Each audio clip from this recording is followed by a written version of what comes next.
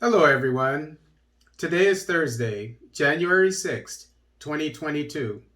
Nigerian forces rescue nearly 100 abductees, including babies. This article is taken from Voice of America. Nigerian security forces have rescued nearly 100 people, including babies, who were kidnapped and held by armed gangs in the country's northwest Zamfara state. Nigerian police say their release Tuesday was unconditional and that no ransom was paid. While their freedom was welcomed, critics say authorities are not doing enough to improve security in the volatile region. A total of 97 victims were rescued in two raids carried out by security forces on forest hideouts where local criminal gangs or bandits held them captive. Officials initially liberated 68 captives in the Shinkafi area and later rescued another 29 from a forest hideout elsewhere. Police authorities said the abductees who were rescued include 19 infants between 2 and 7 months old and 16 other children. Pregnant women, nursing mothers, and men were also rescued. Zamfara State's police spokesperson Shehu Mohammed said many of the kidnapped victims had been held for up to 3 months. On 3rd January 2022, police operatives received an intelligence report that some kidnapped victims were being stranded in the bush.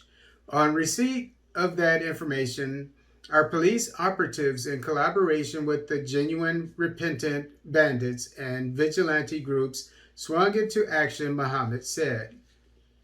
All the hostages were examined at the state hospital and later handed over to the state government in Gusau, the state capital. Mohammed said they are expected to be reunited with their families later Wednesday. Nigerian police and the army have been cracking down on criminal gangs that attack communities and schools and take away captives, holding them for ransom. Mohammed said a state led police response on Tuesday evening stopped bandits from attacking another community after a fierce exchange of gunfire. But security expert Kabiru Adamu says such rescue operations are too expensive to maintain.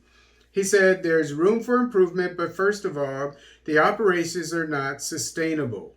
Nigeria is facing some very serious economic circumstances. These operations are very expensive, so they're not likely to remain for too long. Previously, such operations have been conducted, but they'll stop them after a while.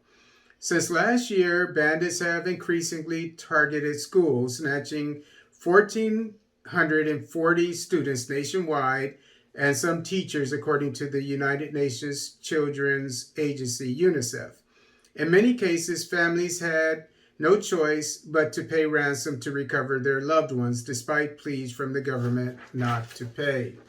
And so this shows the precariousness of the insurgency um, and the bandits in this case. And the last article that I'm going to go over today goes over how our great leader, Nigerian leader, General President now, former General, President, and you may as well call him General, but President Buhari, how he's classifying these bandits that are kidnapping people for money, for ransom. Now he plans to classify them as insurgents, which I agree with.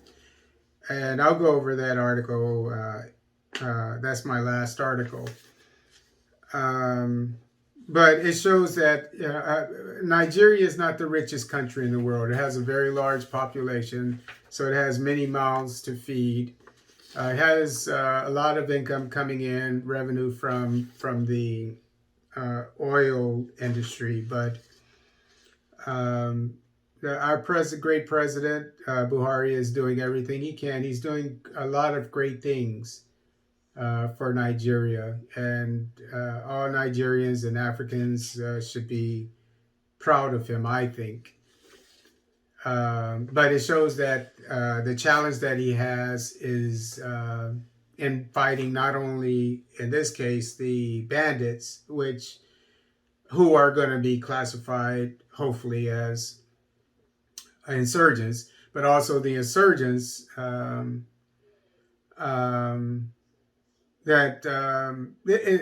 to fight this costs money. It costs a lot of money. Weapons, personnel, you have to pay them overtime sometimes or whatever, just to put people out there to do a good job.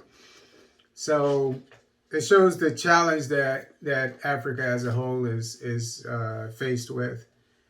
And let's just wish Nigeria the best, and that they have the resources. We know that they have the will with the leadership of President Buhari, but let's hope that they have the resources to put down this insurgency and these bandits.